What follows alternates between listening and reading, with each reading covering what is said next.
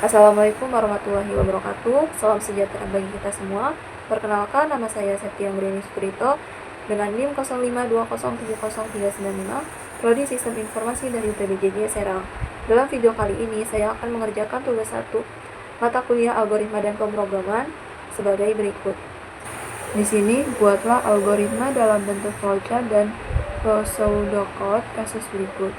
Pada sebuah perusahaan dengan 3 golongan karyawan, yaitu jika golongan A gaji 5 juta, jika golongan B gaji 6.500.000, jika golongan C gaji 9.500.000. Jika karyawan tersebut lembur, maka mereka digaji per jam dengan ketentuan sebagai berikut. Jika karyawan lembur 1 jam, maka gaji lemburnya 30% dari gaji pokok.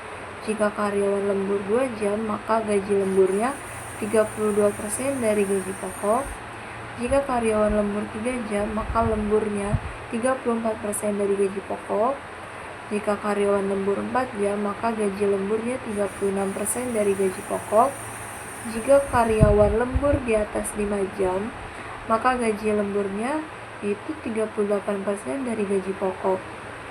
Inputan pada flowchart dan pseudocode adalah golongan dan jam lembur. Output jumlah penghasilan sama dengan hasil dari golongan ditambah dengan gaji lembur. Di sini saya akan membuat flowchart dengan aplikasi Draw.io sebagai berikut.